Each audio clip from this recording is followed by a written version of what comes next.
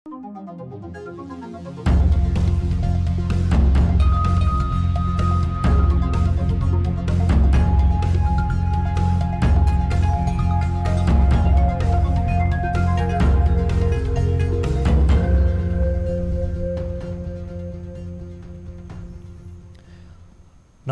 यो हो news 24 television prime time न्यूजमा स्वागत छ।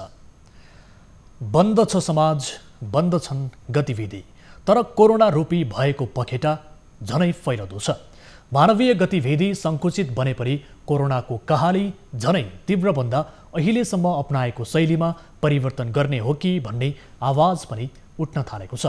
नागरिकलाई घरभित्र थुनेर रोग रोक्न सकिन्छ भन्ने मानसिकता त्यागेर परीक्षणको दायरा बढाउँदै अहिलेसम्म देखिएका कमी कमजोरी सच्याउन आवश्यक देखिएको छ। अस्पतालमा अभाव मात्र देखिएको छैन, उपचारदेखि परीक्षणसम्म लापरवाही देखिएको छ। मृत्युदर बढ्दै गर्दा हरेक दिन सङ्क्रमित सङ्ख्याले 1000 भन्दा तल ओर्लन मानिरहेको छैन। अर्कोतिर आफूलाई नपरेसम्म चेत खुल्दैन भने चाहिँ कोरोनालाई रोग होइन भन्ने हाउगुजी ठान्ने जनताको भ्रमले पनि सङ्क्रमितको ग्राफ बढ्नुमा मलजल गरिरहेको छ नै। औषधि छैन, त्यसैले पनि सजगता र गाम्भीर्यता नै औषधि हो भन्ने ठान्न आवश्यक भइसकेको छ। अब प्राइम टाइम न्युजका हेडलाइन्स। पछिल्लो 24 घण्टामा 9 जनाको कोरोनाबाट मृत्यु, मृतक 280 पुगे। देशभर 1041 सङ्क्रमित थपिए। स्वास्थ्य सुरक्षा अपनाउन विज्ञहरूको सुझाव।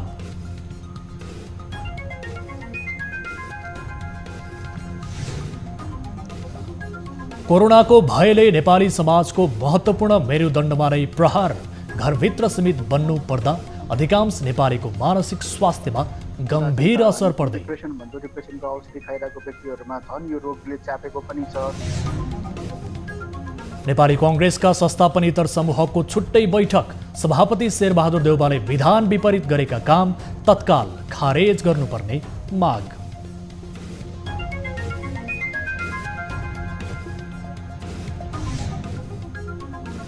कृषिजन्य उत्पादनका लागि मल अभाव हुँदा कृषक मर्कामा। हिउँदे बाली लगाउने बेलामा मात्र मल पाइने।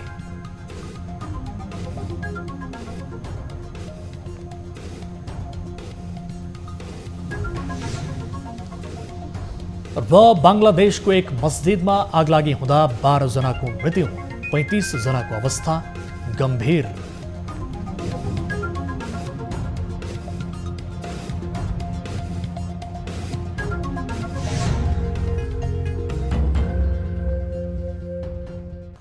हामी निरन्तर न्युजमा छौँ।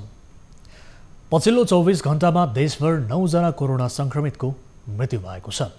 स्वास्थ्य तथा जनसङ्ख्या मन्त्रालयका अनुसार मृत्यु हुनेमा 3 जना महिला र 6 जना पुरुष रहेका छन्, जसमा काठमाडौँका 41 वर्षीय पुरुष, 59 वर्षीय पुरुष र 65 वर्षीय पुरुष रहेका छन्।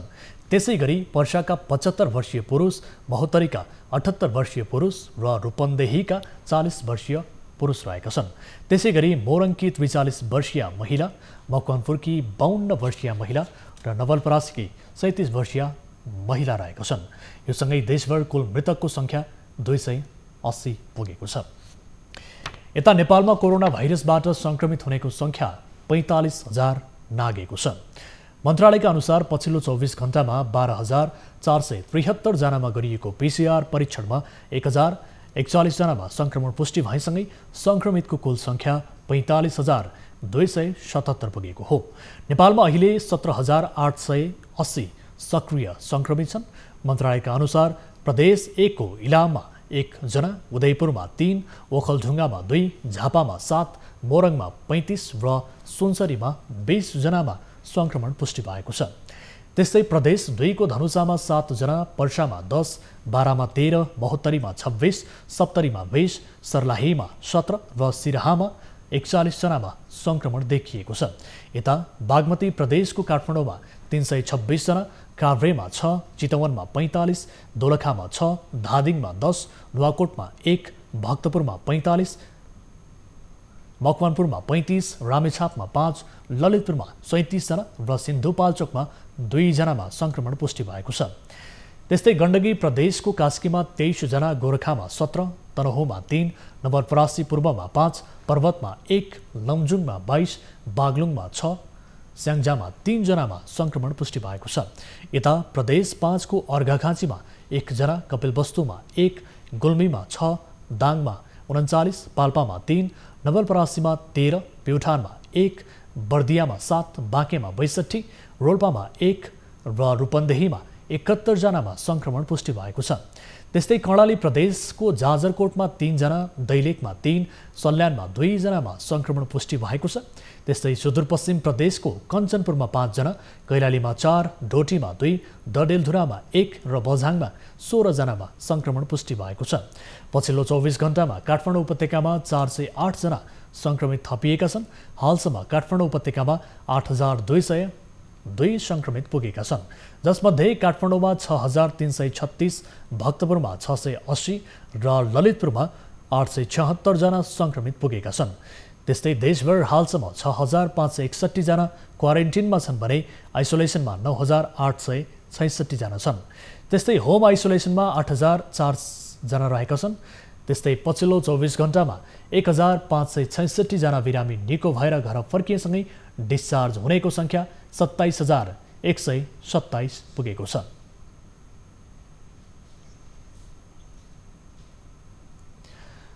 गत वर्षको माघ महिनादेखि नेपालमा उपस्थिति जनाएको कोरोना भाइरस सङ्क्रमणको असर अझै कति भोग्नुपर्ने हो भन्ने अनिश्चित छ। तर यसबीचमा नेपाली समाजले भोगेको पीडा अझ लम्बिने हो भने हाम्रो सामाजिक मूल्य मान्यता नै धराशाही बन्ने सम्भावना प्रबल देखिन थालिएको छ। अर्कोतर्फ कोरोनाको रोकथामका लागि लकडाउन र निषेधाज्ञालाई नै बलियो ओखती मान्दा अर्थतन्त्रको सबै परिसूचक कमजोर बन्न थालेपछि हरेक गृहिणीमाथि भान्साको भार थपिँदो छ। एक रिपोर्ट। झन्डै 6 महिनादेखि देश लकडाउनमा छ, कहिले निषेधाज्ञामा छ। मानिसहरू घरभित्रै छन्। मानिसलाई मानसिक तनावदेखि लिएर आर्थिक समस्या, विभिन्न थरीका समस्याहरू थपिँदै गइरहेका छ। मान्छेको जीवन कष्टकर बनिरहेको छ। कयौँलाई कयौँ थरीका तनावहरू छन् र पछिल्लो समय झन् हुँदा खाने वर्गलाई झन् बढी आफ्नो जीवन चलाउन, जीवन गुजारा चलाउन झन् कठिन भइरहेको अवस्था छ।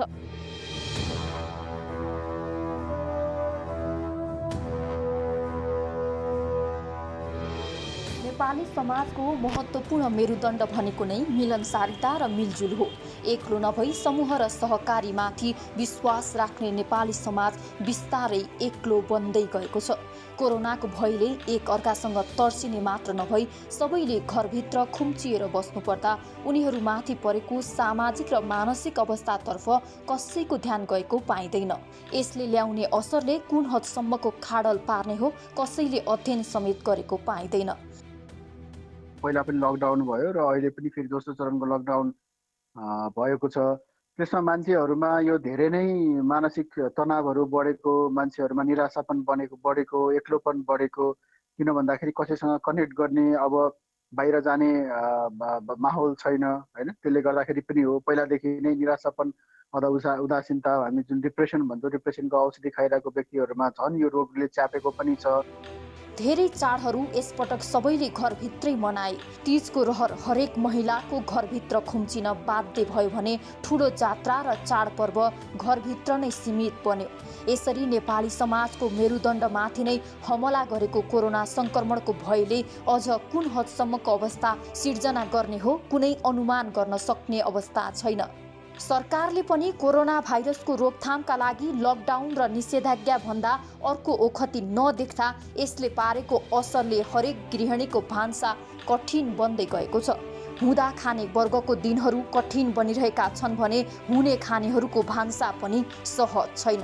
गृहिणीहरूले भोग्दै गएको सकसले उनीहरू चाडबाडमा पनि परिवारलाई अलिनो खुवाउन पर्ने बाध्यतामा खुम्चिन थालेका छन्। 8 जना परेका छन् है। अब घरमा यही हो, ग्यास दिन अब बुढो कता हो यस्तै हो। अब सिलाइ कपडा थियो, पसल थियो, त्यो पनि खोल्न नदिनु पर्छ साबले। अनि 2टा ताला लगाइरहेको छ, यस्तै हो। दैनिक छाक टार्न कतिको गाह्रो त गाह्रै छ नि। अब यही त हो नि, भनेलाई पैसा हुँदैन, बच्चाहरू यही हो, चाचा र बच्चा छन्। जीवन चलाउनै गाह्रो भइरहेछ हामीलाई त। अब के च्याला मजदुरी गर्ने मान्छे है च्याला मजदुरी गरेर पाएको छैन, कठिन भइरहेछ। एकातिर लकडाउन र निषेधाज्ञामा पनि संक्रमितको संख्या कहाली लाग्दो तवरले बढ्दै गएपछि सरकारको यी कदम प्रभावहीन बनेको निष्कर्षको नजिक नेपाली समाज पुग्न थालेको छ। त्यसमाथि लकडाउन र निषेधाज्ञामा सरकारको तर्फबाट कुनै राहतको व्यवस्था समेत नहुँदा समाज बिस्तारै बिथोलिन थालेको छ। सीमित वर्गले मात्र अपनाएको मास्क सेनिटाइजरको व्यापार बढ्दा ठूलो वर्ग र क्षेत्र ओगटेको व्यापार व्यवसाय ठप्प बनेको छ।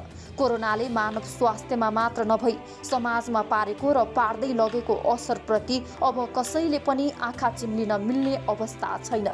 कोरोना रोकथाम नियन्त्रणको लागि भन्दै सरकारले कहिले निषेधाज्ञा त कहिले लकडाउन गरिरहेको छ र कोरोना नियन्त्रणको लागि सबै देशहरूले गरिएको यो प्र्याक्टिस पनि हो।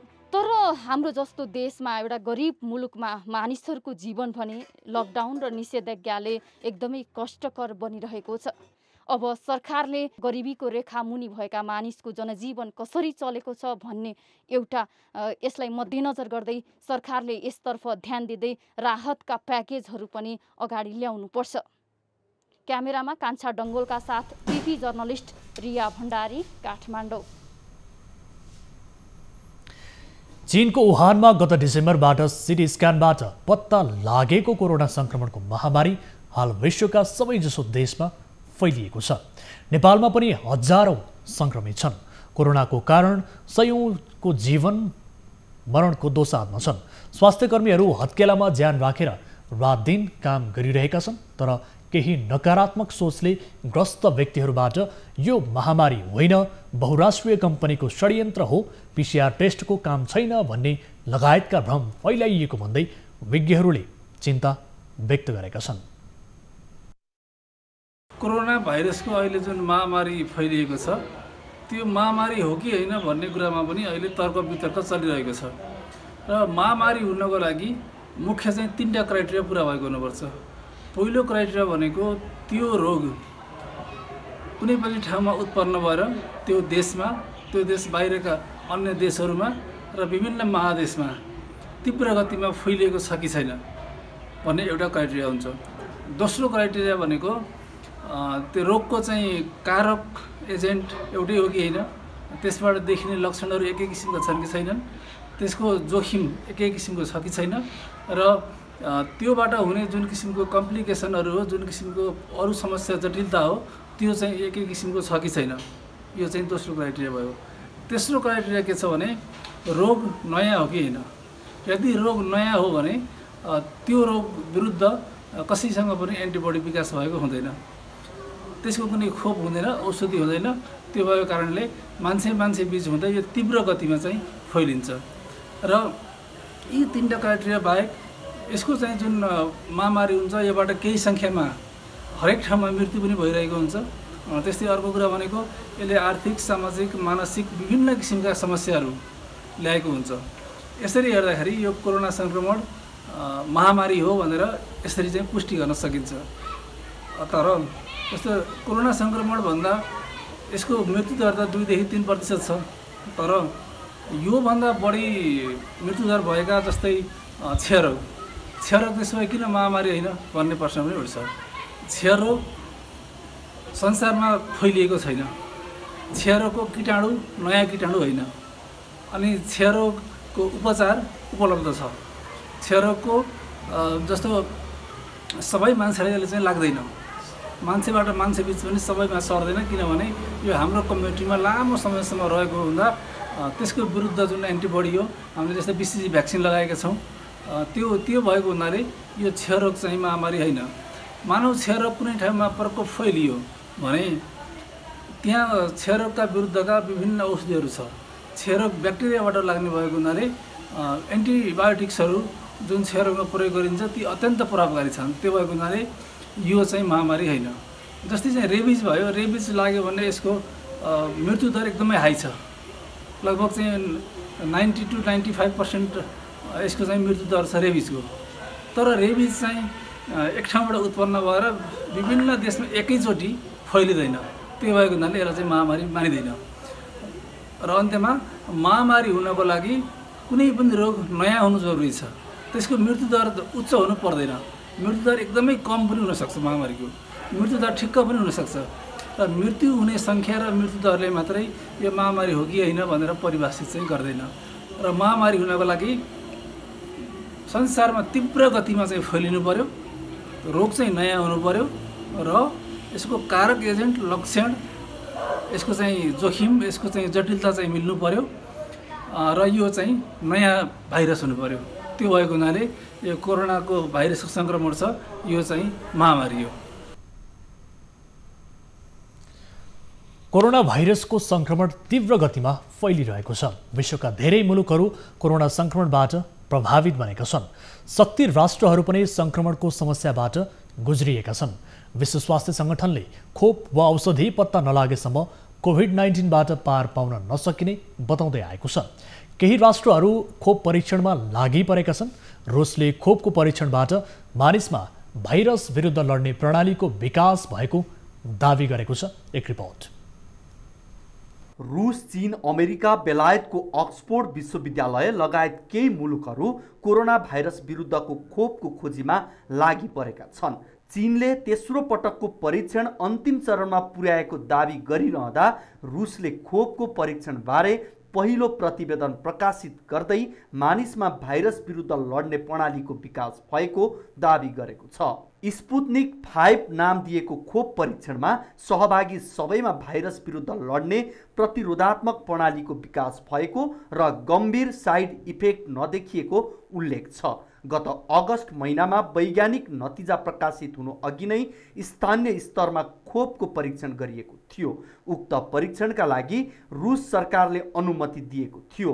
राष्ट्रपति भ्लादिमिर पुटिनले आफ्नै छोरीलाई समेत खोप परीक्षण गराएको सार्वजनिक अभिव्यक्ति दिएका थिए। तर विश्व स्वास्थ्य सङ्गठनले खोपको विश्वसनीयतामाथि प्रश्न उठाएको थियो।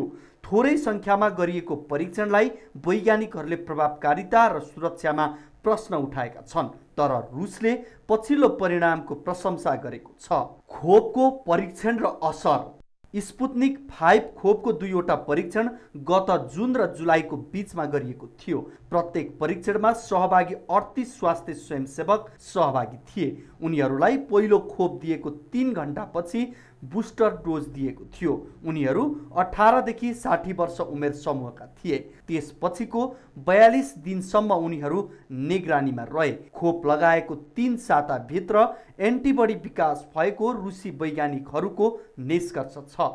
खोप लगाएका उनीहरूमा सामान्यतया टाउको र जोर्नी दुख्ने साझा खालको साइड इफेक्ट देखिएको प्रकाशित प्रतिवेदनमा उल्लेख छ। प्रतिवेदनमा तेस्रो चरणको परीक्षणमा फरक फरक उमेर र जोखिम समूहबाट 40,000 स्वयंसेवक सहभागी गराइने भएको छ। नेपालमा खोप परीक्षणमा रुसी चासो। विश्वमा खोपको चर्चा भएसँगै नेपालमा पनि खोप परीक्षण हुनुपर्ने बहस सुरु भएका छन्। नेपालले चीन, रुस र अक्सफोर्ड विश्वविद्यालयको खोप परीक्षणमा छलफल थालेको छ। हालै नेपालका लागि रुसी राजदूतले नेपालसँग सहकार्य गर्न सकिने प्रतिबद्धता जनाएका छन्। खोप परीक्षण मात्र नभएर भोलि खोप उत्पादनमा समेत नेपालले सहभागिता जनाउन सक्ने रुसी चाहना बाहिर आएको छ। नेपाल स्वास्थ्य अनुसन्धान परिषदका सदस्य सचिव डाक्टर प्रदीप गेवालीका अनुसार रुसले विकास गरेको खोपको नेपालमा परीक्षण गर्ने बारे नेपाल स्थित रुसी राजदूतसँग छलफल भएको थियो। नेपालमा 1000 जनामा तेस्रो चरणको परीक्षण गर्न रुसले प्रस्ताव गरेको छ। त्यसै क्रममा खोप उत्पादनमा पनि सहयोग गर्ने प्रस्ताव रुसले राखेको हो। ललितपुरका विभिन्न ठाउँमा भदौ 26 गतेसम्म 5 जना भन्दा धेरै मानिस भेला हुन निषेध गरिएको छ। रातो मत्स्येन्द्रनाथको रथ तान्ने विवादपछि जिल्ला प्रशासन कार्यालय ललितपुरले जिल्लाका केही क्षेत्रमा मानिसहरूलाई भेला हुन रोक लगाएको हो। रथ रहेको आसपास क्षेत्र पूर्व मदन स्मारक स्कुल अगाडिको चोक, पश्चिम ललितपुर महानगरपालिका कार्यालय, दक्षिण सेन्ट जेभियर्स स्कुल अगाडिको चोक र उत्तर बकुण्डल चोकमा भेला वा जम्मा हुन नपाइने प्रशासन कार्यालयले जनाएको छ। यस्तै मेननाथको रथ रहेको आसपास क्षेत्र अर्थात् पूर्व मङ्गलबजार चोक, पश्चिम मदन स्मारक स्कुल अगाडिको चोक, दक्षिण पूर्व चण्डी मन्दिर र उत्तर पिम बहालसम्म भेला जम्मा हुन नपाइने पनि प्रशासनले जनाएको छ। निषेधाज्ञाका बीच बिहिबार बाटो मत्स्येन्द्रनाथको रथ तान्ने क्रममा प्रहरी र केही युवाहरू बीच झडप भएको थियो भने शुक्रबार जिल्ला प्रशासन कार्यालय ललितपुर महानगरभित्र कर्फ्यू आदेश जारी गरेको थियो। विवादपछि रातो मत्स्येन्द्रनाथको जात्रालाई छोट्याउने सहमति भएको थियो। यता जातीय कलह पुचहले रातो मत्स्येन्द्रनाथको रथ यात्राको अवसरमा नखतिया नबोलाउन अपिल गरेको छ। नेपाल भाषा मङ्का खल लगायत 19 वटा जातीय कलह पुचहले संयुक्त वक्तव्य जारी गर्दै कोरोनाको जोखिम भएकाले यस वर्ष नखतिया नबोलाउन र नखतिया नजान अपिल गरेको हो। नेपाली कांग्रेसका असन्तुष्ट पक्षले सभापति शेरबहादुर देउवाले गरेका विधान विपरीतका काम तत्काल खारेज गर्नुपर्ने निष्कर्ष निकालेका छन्।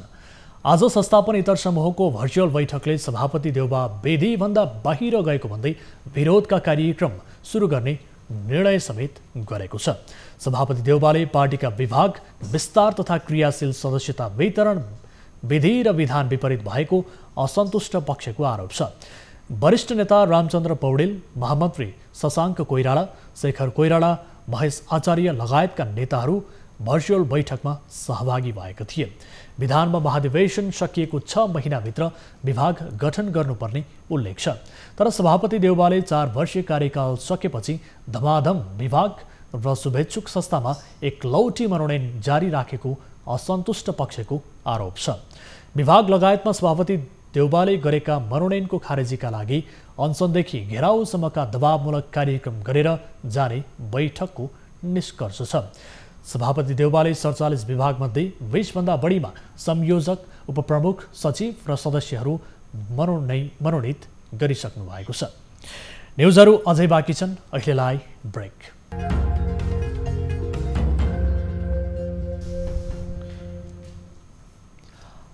हामी निरन्तर न्युजमा छौँ। नेपालका उच्च पहाडी तथा हिमाली क्षेत्रमा पाइने लोपोन्मुख जनावर रेड पाण्डाको चोरी सिकारी बढेको छ। नेपाल, भारत र भुटानमा गरिएको रेड पाण्डाको तुलनात्मक अध्ययनमा नेपाल सबैभन्दा बढी जोखिमको क्षेत्रको रूपमा देखिएको छ। राष्ट्रिय निकुञ्ज र वन आरक्षबाट पाण्डा चोरी सिकारी बढेसँगै नेपालमा पाइने रेड पाण्डा लोप हुने अवस्थामा पुगेको निष्कर्ष निकालिएको छ। एक रिपोर्ट। लोपोन्मुख जनावर रेड पाण्डा नेपालमा लोप हुँदै गएका छन्। नेपाल, भारत र भुटानमा गरिएको तुलनात्मक अध्ययनमा नेपाल सबैभन्दा बढी जोखिममा रहेको पाइएको हो। एक अध्ययन अनुसार विश्वभर 15,000 हाराहारीमा रहेका रेड पाण्डा नेपालमा भने 2% रहेका छन्।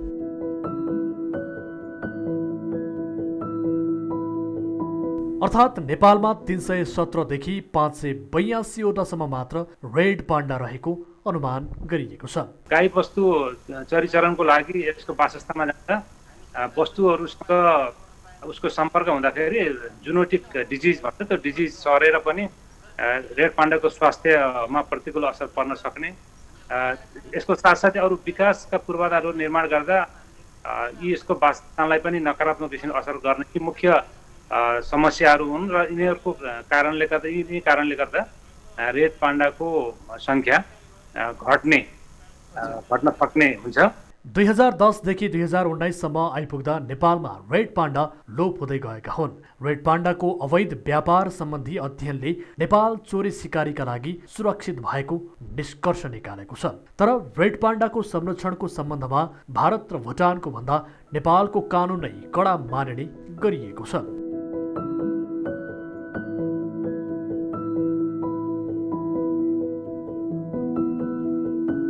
तर कानुनी व्यवस्था कडा भए पनि नेपालबाट हुने रेड पाण्डा चोरी सिकारी घट्न सकेको छैन। राष्ट्रिय निकुञ्ज तथा वन्यजन्तु संरक्षण ऐन 2029 अनुसार अपराधमा संलग्नलाई 5 देखि 15 वर्षसम्म कैद र 50,000 देखि 1 लाखसम्म जरिवाना वा दुवै सजाय हुन सक्ने व्यवस्था छ। अनजानमा पनि कतिपय व्यक्तिहरूले रेड पाण्डाको छाला बजारमा लग्न सक्यो भने यसले राम्रो मूल्य पाउँछ भन्ने किसिमको गलत किसिमको सन्देशको कारणले पनि रेड पाण्डाको गलत किसिमले चोरी सिकारी गर्ने र बजारमा ल्याउने तर बिक्री गर्ने नेटवर्कसँग चाहिँ सम्पर्क नभएको कारणले अल्मलिरहेको तस्करहरू र तिनीहरूलाई पक्राउ गरेको अवस्था छ। एउटा सिनारियो यो छ भने साथै यस्तो अपराधबारे सूचना दिएर अङ्ग बरामद गर्न सहयोग गर्ने व्यक्तिलाई 25,000 सम्म पुरस्कार दिने व्यवस्था गरिएको छ।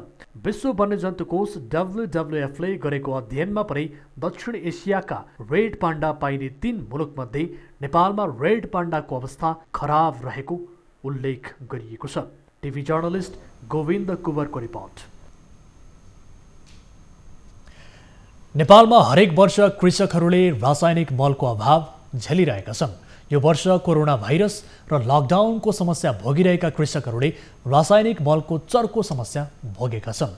कृषकहरूले धान रोपाई गर्दा नपाएको रासायनिक मल यो वर्ष हिउँदे बाली लगाउने बेलामा मात्रै पाउने भएका छन्। एक रिपोर्ट।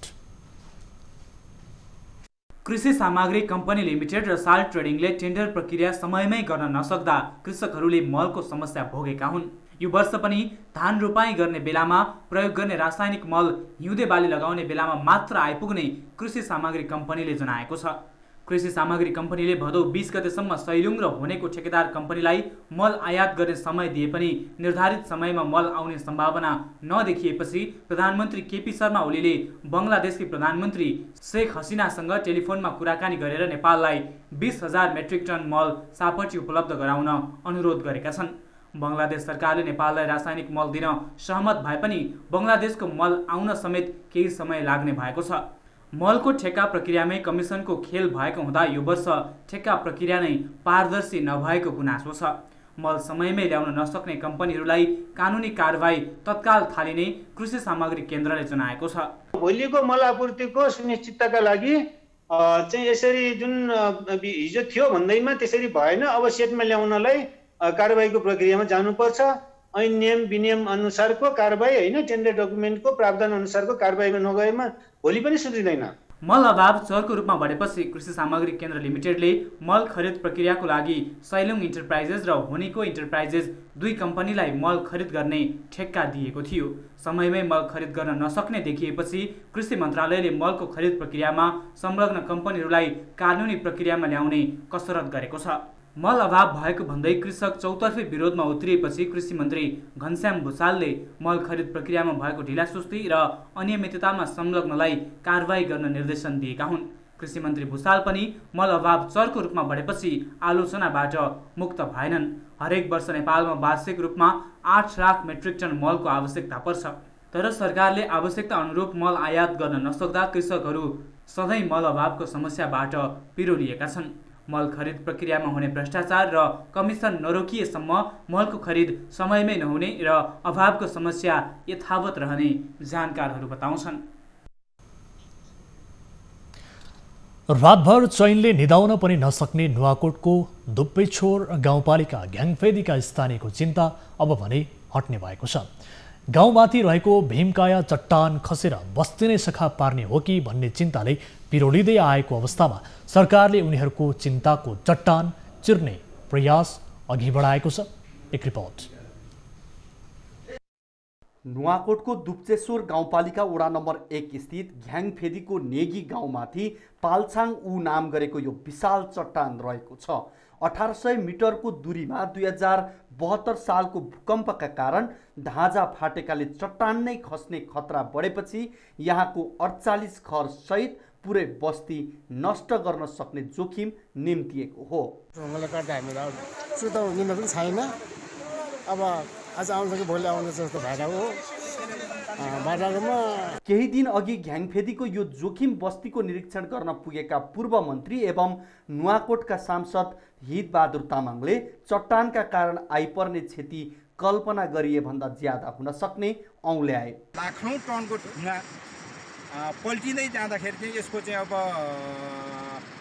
थर्काइले यसको चाहिँ अब प्रभावले यो वल्लो डाँडोदेखि पल्लो डाँडासम्मका चाहिँ अब सबै बस्तीहरू अब बस्न नसक्ने खालको हुने मात्रै होइन, सबै अब लड्ने र योभन्दा माथिका चाहिँ गाउँहरू पनि भुछिएको कारणले गर्दाखेरि बस्नको निमित्त ज्यादै जोखिम हुने देखिन्छ।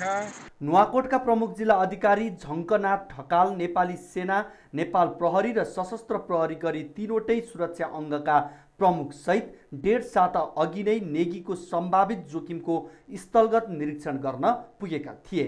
अनुगमन पश्चात ढकालको नेतृत्वमा रहेको जिल्ला विपद व्यवस्थापन समितिको बैठकले जोखिमपूर्ण बस्तीलाई तत्काल अन्यत्र सुरक्षित थलोमा अस्थायी रूपमै भए पनि स्थानान्तरण गर्ने निर्णय गरेको छ। बर्खायाममा उहाँहरू चाहिँ त्यो जुन ढुङ्गा छ त्यहाँ ठुलो ढुङ्गा जो चाहिँ 72 सालको भूकम्पमा पनि भूकम्पपछि पनि भूगर्भविदहरूले यसलाई चाहिँ अर्को ठाउँमा सेटलमेन्ट गर्नुपर्छ यो बस्ती भन्नुभएको रहेछ। तर चाहिँ मान्छेहरू त्यहीँ नै घर बनाएर बस्नुभएको अवस्थामा र अहिले पछिल्लो अवस्था चाहिँ यसको अलिकति सरेको ढुङ्गा चाहिँ सरेको र कुनै पनि बेला खस्न सक्छ भन्ने किसिमको जोखिम देखिसकेपछि त्यो बस्ती सार्नका लागि यो पहलहरू लिएको। नेपाली सेना सहितको विपद व्यवस्थापनका अन्य निकायलाई परिचालन गरेर जोखिममा रहेको चट्टानलाई बम विस्फोट मार्फत व्यवस्थापन गरिने योजना जिल्ला विपद व्यवस्थापन समितिको छ। यो चट्टानलाई निश्चय रूपमा केही समयमै तपाईँको चाहिँ यसलाई व्यवस्थापन गरेर यो नेगी बस्ती मात्रै नभएर यसमा यो खोलाको तिर पर्ने जुन समुद्र रामोती लगायतका केही बस्तीहरू पनि यो चट्टान पल्ट्यो भने फुट्यो भने यसले तपाईँको चाहिँ क्षति त्यतिसम्म नै पुर्याउनु भएको हुनाले के आग्रह गर्न चाहन्छु भने यो ढुङ्गा व्यवस्थापन गर्नका लागि जिल्ला दैव प्रकोप समितिलाई पनि म आग्रह गर्न चाहन्छु। अहिलेलाई बस्ती स्थानान्तरण पश्चात विशेष योजना सहित काम अघि बढाउन स्थानीयवासी जनप्रतिनिधि र विपद व्यवस्थापनसँग सम्बन्धित विज्ञहरूले जोड दिएका छन्। नुवाकोटबाट TV journalist Ramhari गजुरेलको report. खोटाङको Diktel बजारको अल्छेढुङ्गा हुँदै अस्पताल चोक जोड्ने सडक ढलानको काम गुणस्तरहीन पाइएको छ। गुणस्तरहीन निर्माण सामग्री प्रयोग गरेका कारण निर्माण कार्य सम्पन्न नहुँदै ढलान भत्किएको छ।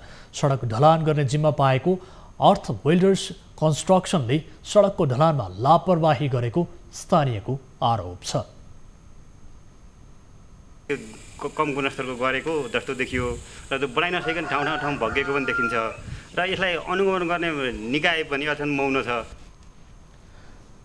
पूर्वाधार विकास कार्यालय उदयपुरको 44,06,368 रुपैयाँको लागतमा गत जेठमा नै सम्पन्न गर्ने गरी ठेकेदार कम्पनीले सडक ढलानको जिम्मा लिएको थियो। सडक निर्माणमा ठेकेदारको कमजोरी देखिएकाले तत्काल पुनर्निर्माण नगरे कारबाही गरिने दिक्तेल रूपाकोट मझुवागढी नगरपालिकाले बताएको छ।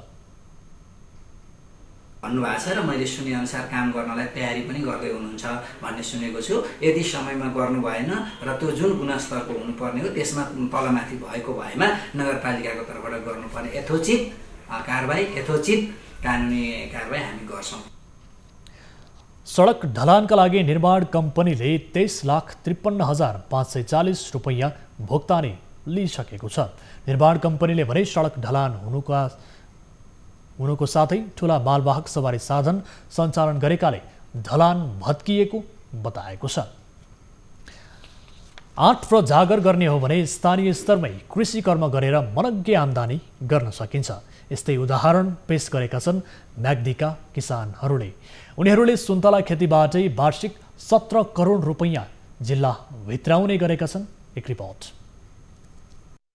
यिनी म्याग्दीको अन्नपूर्ण गाउँपालिका 3 डाना भगामका जोगबहादुर विक। अहिले उनले गाउँमै 4 रोपनी जग्गामा फलफुल खेती गरिरहेका छन्। सामान्य नर्सरीबाट सुरु भएको उनको यो पेसा अहिले व्यवसायमा परिणत भएको छ। सुन्तलाको बेर्ना बिक्री गरेर अहिले उनले वार्षिक 10 लाख भन्दा बढी आमदानी गरिरहेका छन्। सुरुमा राम्रो बिउ छनौट गर्नु पर्यो, त्यहाँ पछि अब मल निरोगी माटो मल सबै पुर्याउनु पर्यो, अनि बेर्ना चाहिँ अब यसलाई रोग किरा के छ त्यो बेला बेला अनुसार उपचार गरिराख्नु पर्छ। विक जस्तै दिलमाया पुनले पनि गत वर्ष 20,000 सुन्तलाको बिरुवा बिक्री गरेर 6 लाख आमदानी गरिन्। निर्वाहमुखी खेती गर्दै आएका स्थानीय कृषकहरू अहिले व्यावसायिक खेतीमा जुटेका छन्। बागलुङ, पर्वत, कास्की, चितौन लगायतका जिल्लामा सुन्तलाको बेर्ना उच्च माग भएपछि उनीहरूको व्यवसाय फस्टाएको छ। राम्रो आमदानी हुने भएपछि अहिले कृषकहरू फलफुलको बेर्ना उत्पादन र फलफुल खेतीमा जुटेका छन्। विदेश नगएको भए यहीँ बसेको भए अहिलेसम्म के सायद गरिसक्थेँ होला। मेरै साथी हुनुहुन्छ जोगबहादुर बिक, उहाँले अब चितवनमा 17 कट्ठा जमिन लिनुभयो, घर बनाउनु भयो, काठमाडौँमा घडेरी किन्नुभयो। यही कृषि पेसा, तरकारी खेती, नर्सरी गरेर उहाँले त्यत्रो प्रगति गर्नुभयो। म पनि यसरी बसेको भए सायद उहाँले जस्तो गर्थेँ होला। म हात खुम्च्याएर बस्नेवाला त थिइनँ, उहाँ जस्तै पौरखी नै भन्नुपर्छ। गाउँमै प्रति किलो 40 रुपियाँसम्म बिक्री गर्न सकिने भएपछि 7 घर परिवार किसान व्यावसायिक फलफुल खेती गरिरहेका छन्। प्रत्येक वर्ष बेर्ना र सुन्तला बिक्री गरेर यहाँका कृषकले वार्षिक 70 लाख रुपियाँ गाउँ भित्र्याउने गरेका छन्। म्याग्दीमा 6वटै स्थानीय तहमा 710 हेक्टर क्षेत्रफलमा सुन्तला खेती हुँदै आएको छ। जिल्लामा सुन्तला बिक्रीबाट वार्षिक 17 करोड भित्रिने गरेको कृषि ज्ञान केन्द्र म्याग्दीले जनाएको छ। म्याग्दीबाट टिभी जर्नलिस्ट हरिकृष्ण गौतमको रिपोर्ट। आज राति देशभरको मौसममा सामान्यतया बदली भई केही स्थानमा वर्षाको सम्भावना रहेको जल तथा मौसम पूर्वानुमान महाशाखाले जनाएको छ। मौसमविदका अनुसार मनसुनको न्यूनचापीय रेखा नेपालभन्दा केही पर दक्षिणतर्फ रहेकाले मनसुनी गतिविधि हाल केही कमजोर भएको छ। राति देशभर सामान्यतया बदली रही केही स्थानहरूमा मेघगर्जन र चट्याङसहित हल्कादेखि मध्यम वर्षाको सम्भावना रहेको छ। प्रदेश 1 गण्डकी प्रदेश तथा प्रदेश 5 का 1-2 स्थानमा भारी वर्षाको सम्भावना रहेकाले सावधानी अपनाउन पनि मौसमविदले आग्रह गरेका छन्। अब बिजनेस न्यूज।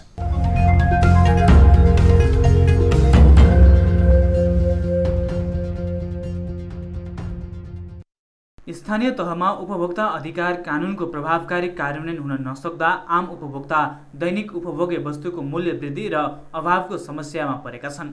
स्थानीय तहमा नगरपालिका र गाउँपालिकाहरूले बजार अनुगमन गर्न नसक्दा स्थानीय उपभोक्ताहरू ठगिएका हुन्।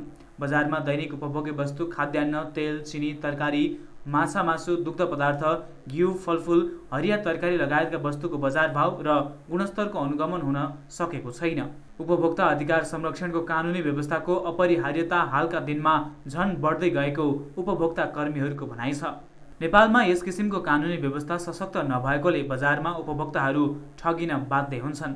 स्थानीय नगरपालिका, गाउँपालिका र वडा स्तरका निकायहरूले स्थानीय क्षेत्रको बजारलाई अनुगमन गर्न सकेका छैनन्।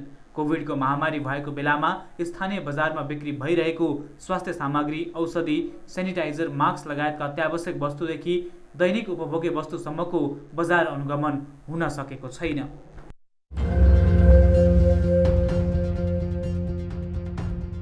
एनसेलले एसई का विद्यार्थीका लागि विशेष योजना ल्याएको छ। एनसेलले यो योजना अन्तर्गत विद्यार्थीले 1 रुपियाँमा प्रिपेड सिम खरिदका साथै निशुल्कमा E5 सेवा र बोनस डेटाको फाइदा पाउने जनाएको छ। एनसेलको यो योजना बिहीबारदेखि कार्यान्वयनमा आएको हो। सिम लिनका लागि एसई परीक्षा प्रवेश पत्र, नागरिकता वा आफ्नो आमा बाबुको नागरिकताको फोटोकपी र 1 प्रति फोटो आवश्यक पर्ने कम्पनीले जनाएको छ। सिम लिएपछि निशुल्क E5 सेवाका लागि आफूलाई सधैँ सम्पर्कमा रहने 5 वटा एनसेल सिम समूहमा सेट गर्न सकिने कम्पनीले जनाएको छ।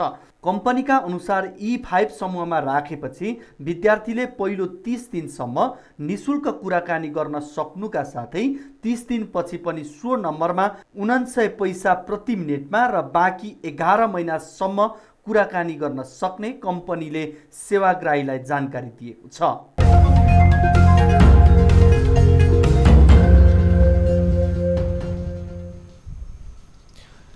न्युजहरू अझै बाँकी छन्, अहिलेलाई ब्रेक।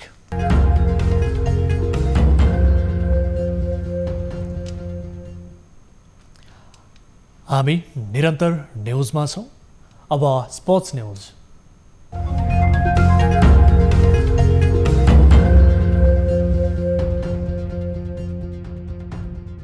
नेपाल ओलम्पिक कमिटी एनओसीले सम्पूर्ण ओलम्पियन खेलाडीहरूको कोरोना बिमा गर्ने भएको छ। एनओसीको शनिबार बसेको बैठकले नेपालका सम्पूर्ण ओलम्पियन खेलाडीहरूको कोरोना बिमा गर्ने निर्णय गरेको हो। भिडियो कन्फरेन्स मार्फत गरिएको बैठकले ओलम्पियनसँगै ओलम्पिकको तयारी गरिरहेका खेलाडी र प्रशिक्षक, एनओसीका सदस्य तथा कर्मचारीको समेत कोरोना बिमा गर्ने निर्णय गरेको छ। बैठकले एनओसीको मेडिकल कमिसनका अध्यक्ष डाक्टर सरोज कृष्ण श्रेष्ठलाई सङ्घको कार्यालय सञ्चालनका लागि नयाँ सुरक्षा प्रोटोकल तयार गर्न निर्देशन समेत दिएको छ।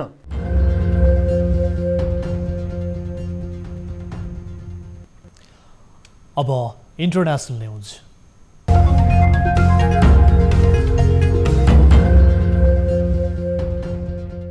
भारत र चीनको सीमा क्षेत्र लद्दाखमा तनाव भइरहेका बेला दुवै देशका रक्षा मन्त्री बीच भेटवार्ता भएको छ। भारतीय रक्षा मन्त्री राजनाथ सिंह र चीनका रक्षा मन्त्री बेई फेङ्गे बीच रुसमा भेट भएको हो।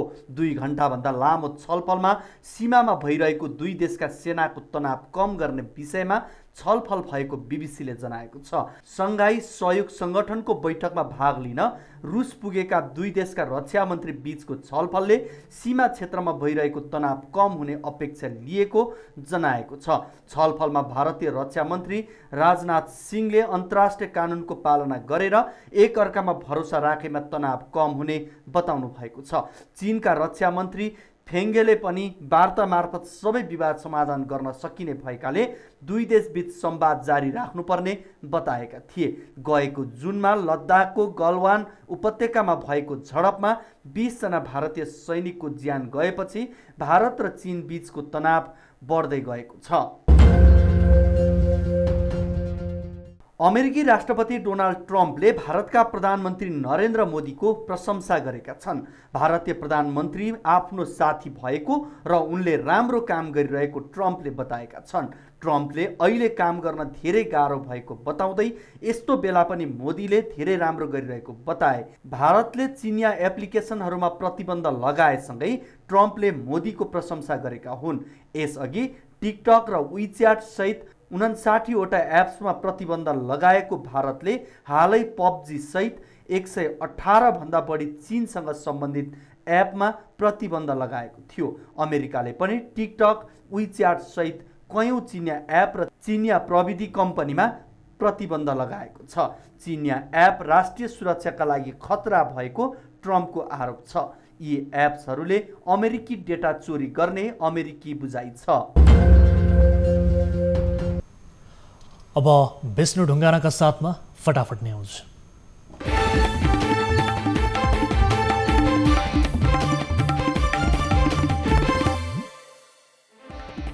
पछिल्लो 24 घण्टामा 1041 जनामा कोरोना संक्रमण पुष्टि। काठमाडौँ उपत्यकामा मात्र 408 जना नयाँ संक्रमित थपिए। कोरोनाकै कारण एकै दिन 9 जनाको मृत्यु, 1566 जना निको भई घर फर्किए। अवज्ञा गर्ने उद्योगी व्यवसायीका संगठनहरूको चेतावनीपछि रूपन्देहीमा निषेधाज्ञा केही खुकुलो। दैनिक 7 घण्टा पसल व्यवसाय सञ्चालन गर्न पाउने गरी 28 गतेसम्म लम्ब्याइयो। कोरोनाको भयले नेपाली समाजको महत्त्वपूर्ण मेरुदण्डमा नै प्रहार। घरभित्र सीमित बन्नुपर्दा अधिकांश नेपालीको मानसिक स्वास्थ्यमा गम्भीर असर पर्दै। बुटौल उपमहानगरपालिकामा मृगौलाको डायलिसिस गराउने बिरामीको निःशुल्क PCR परीक्षण हुने। बुटौलका स्थानीय उपचारका लागि आएका वा डेरा गरेर बस्दै आएका सबैले उक्त सेवा पाउने। काङ्ग्रेस सभापति शेरबहादुर देउवाले विभागहरूमा मनोनयन जारी राखेपछि पौडेल पक्ष रुष्ट। विधिको उल्लङ्घन गरी भएको निर्णय नसच्याए धरना र अनसन बस्ने चेतावनी। संक्रमण बढिरहेका बेला तत्काल विद्यालय नखुल्ने। सुगमदेखि दुर्गमसम्मका विद्यार्थीले घर नै शिक्षालय वा घरमै बसेर वैकल्पिक विधिबाट सिकाइलाई निरन्तरता दिनुपर्ने शिक्षा मन्त्रालयको जोड। ललितपुर स्थित अल्का अस्पतालकी कर्मचारी 39 वर्षीय गीता केसीको हत्या। लेलेको जङ्गलमा भेटियो शव। हत्यामा संलग्न भएको आशंकामा भतिजा निर्मल केसी पक्राउ। कञ्चनपुरमा ड्युटीमा खटिएका बेला ढलेर बेहोस भएका प्रहरी जवानको उपचारको क्रममा मृत्यु हुनेमा डडेलधुरा अजयमेरु गाउँपालिका 2 का प्रहरी जवान सुरेन्द्र कुमार ऐर। पोखराको हिमालयन आँखा अस्पताल घरीपाटनका लेखा शाखा प्रमुख वामदेव सुवेदीलाई महिला कर्मचारीमाथि यौन दुर्व्यवहारको आरोप। निलम्बन गरेर छानबिन सुरु। सिराहाको मिर्चया नगरपालिकाबाट नलकटुवा पेस्तोल सहित 3 जना पक्राउ पर्नेमा मिर्चयाका 19 वर्षीय अजय शर्मा, 19 वर्षकै ज्ञानुकुमार मण्डल र 39 वर्षीय रमेश शाह। बागलुङको ढोरपाटनमा बाढीमा परि 14 जनाको मृत्यु, 24 अझै बेपत्ता। घर, विद्यालय, जलविद्युत, स्वास्थ्य संस्था, झोलुङ्गे पुल लगायत 171 वटा भौतिक संरचनामा क्षति। राष्ट्रिय जनगणना 2078 सोधिने 76 प्रश्न सहितको प्रश्नावली सोमबार राजपत्रमा प्रकाशित। हरेक 10 वर्षमा हुँदै आएको जनगणना कोरोनाका कारण आगामी वर्ष हुने नहुनेमा अन्यल। पूर्वी नवलपरासीको उज्जवल शिशु इङ्ग्लिस सेकेन्डरी स्कुलका प्रिन्सिपल दीपक कुँवरले शुल्क नतिरेको भन्दै अभिभावकको खुट्टा भाँचिदिए। घाइते अभिभावकको उपचार हुँदै प्रिन्सिपलको खोजी कार्य जारी। एक युवतीको सामूहिक बलात्कारमा संलग्न रहेको आरोपमा सिराहामा 2 जना पक्राउ पर्नेमा दिपेन्द्र मुखिया र दिनेश यादव। महामारी र लकडाउनले समस्यामा परेका व्यक्तिलाई राहत वितरण गर्न उच्च अदालत तुलसीपुरद्वारा अन्तरिम आदेश जारी। नागरिकको बाँच्न पाउने अधिकार सुरक्षित गर्न अन्तरिम आदेश। सिराहाको नरह 5 मा बिग्रिएर रोकिराखेको ट्र्याक्टरमा ठोकिँदा मोटरसाइकलमा सवार 2 जनाको मृत्यु, 1 जना गम्भीर घाइते। जनकपुर धाम उपमहानगरपालिका गत असार मसान्तदेखि प्रशासकीय अधिकृत विहीन, मेयरको अनावश्यक दबावका कारण कोही टिक्न नसकेको स्थानीयको आरोप। अल्पकालीन फोहोर व्यवस्थापन स्थल भरिएपछि काठमाडौँ महानगरपालिकामा फोहोर व्यवस्थापन गर्न समस्या। दीर्घकालीन रूपमा बन्सरे डाँडामा ल्यान्डफिल साइट निर्माण भइरहे पनि पूर्ण नहुँदा समस्या दोहोरियो। यस वर्षको जेठ महिनादेखि भदौ 18 गतेसम्मको 4 महिनामा बाढी पहिरोमा परेर 262 जनाको मृत्यु, 8 करोड रुपियाँ बराबरको भौतिक क्षति। न्यून चापिए रेखा नेपालको दक्षिणतर्फ मनसुनी गतिविधि केही कमजोर, केही स्थानमा भारी वर्षाको सम्भावना। भारत र चीनका रक्षा मन्त्री बीच रुसमा वार्ता, सीमा विवाद अन्त्यको पहल गर्ने विषयमा छलफल। बार्सिलोनाका forward Luis Suarez Italian club Juventus जानका लागि सहमत। बार्सिलोनाले रिलिज गरेमा सुआरेजका लागि युभेन्टसले केही रकम खर्च गर्न सक्ने। र अस्ट्रेलिया विरुद्धको पहिलो टी20 क्रिकेटमा इङ्ल्यान्ड 2 रनले विजयी। 163 रनको लक्ष्य पक्षाएको अस्ट्रेलियाले 20 ओभर खेल्दा 6 विकेट गुमाएर 160 रन मात्र बनायो।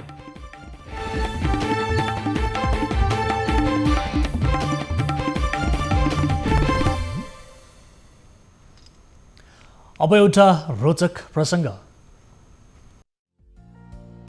भारतको आसाम र मेघालयमा बस्दै आएका खासी जनजातिको फरक किसिमको परम्परा छ। खासी जनजातिलाई खसियाका नामले पनि चिनिन्छ। यस जातिमा महिलाहरूलाई उच्च दर्जा दिइन्छ। यहाँ छोरीहरू आफ्नै बाबुआमासँग बस्छन्। छोरी नै घरको हर्ताकर्ता हुन्छन्। विवाह गरेपछि महिलाले श्रीमानलाई घर ज्वाइँको रूपमा राख्ने गर्छन्। पुरुषहरू श्रीमतीकै घरमा बसोबास गर्छन्। उनीहरूले कमाएको धन दौलत महिलाकै हुन्छ। त्यहाँका महिलाहरूले एकमात्र पुरुषसँग नभएर धेरै पुरुषहरूसँग विवाह गर्छन्। त्यहाँका पुरुषहरूले व्यवस्थामा परिवर्तन चाहेका छन्। उनीहरूले महिलालाई तल पार्ने नभई एक समान अधिकारको हकको माग गर्दै आएका छन्। उक्त जनजातिमा परिवारको सबै फैसला महिलाले नै गर्ने गरेका छन्। आश्चर्यको कुरा चाहिँ घरको सबै सम्पत्ति जेठी छोरीलाई नदिई कान्छी छोरीलाई दिइन्छ। कान्छी छोरीलाई दिनुको कारण आमा बाबुको हेरचाहका लागि हो। कान्छी छोरीलाई खाडडुवा भनिन्छ। यो जनजातिमा विवाहको कुनै विधि हुँदैन। केटी र आमा बाबुको सहमति भएमा युवक ससुरालीमा आउन जान सुरु गर्छन् र सन्तान भएमा पुरुष स्थायी रूपमा बस्न थाल्छन्। सम्बन्ध विच्छेद पनि सरलतापूर्वक हुने गर्छ। सन्तानमाथि पिताको कुनै अधिकार हुँदैन। करिब 10 लाख मानिसहरूको वंश महिलाहरूको आधारमा चलेका छन्। यतिसम्म कि कुनै परिवारमा छोरी जन्मिनन् भने अरू कसैको छोरी गोदमा भने पनि लिने र हर्ताकर्ता बन्न चाहन्छन्। अब प्राइम टाइम न्युज सक्नु अघि हेडलाइन्स पुनः एकपटक। पछिल्लो 24 घण्टामा 9 जना कोरोना संक्रमितको मृत्यु, मृतक 280 पुगे। देशभर 1041 संक्रमित थपिए। स्वास्थ्य सुरक्षा अपनाउन विज्ञहरूको सुझाव।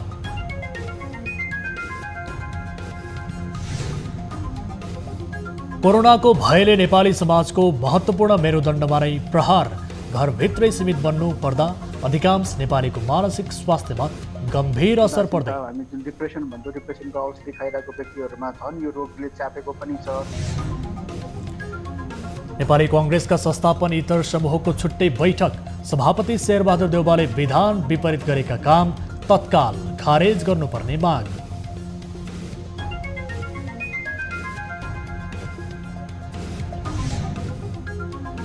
कृषिजन्य उत्पादनका लागि मल अभाव हुँदा कृषक मर्कामा हिउँदे बाली लगाउने बेलामा मात्र मल पाइने।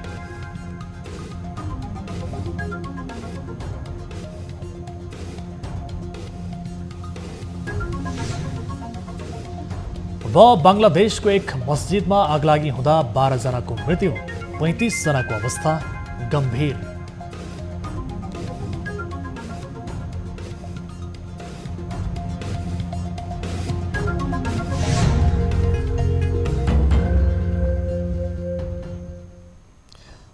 प्राइम टाइम न्यूज अहिलेलाई यति नै। जाँदा जाँदै ताली र गालीका लागि हाम्रो प्रश्न, वामदेव गौतमलाई राष्ट्रिय सभामा लैजाने नेकपाको निर्णय तपाईलाई कस्तो लाग्यो? ठिक छ भन्नेले तालीमा र धत यो के गरेको ठिक भएन भन्नेले गालीमा हाम्रो पात्रको एक मार्फत भोट गर्न सक्नुहुनेछ। थप न्युजका लागि हाम्रो वेबसाइट www.news24nepal.com हेर्नुहोला। साथै हामीलाई फेसबुक, ट्विटर र युट्युबमा पनि फलो गर्न सक्नुहुनेछ। यस्तै मोबाइल, भाइबर र इमेलबाट न्युज 24 को हेल्प डेस्कमा कुनै समस्या र गुनासो छ भने टिपाउन सक्नुहुनेछ। हामी निरन्तर न्युजमा छौँ। नमस्ते।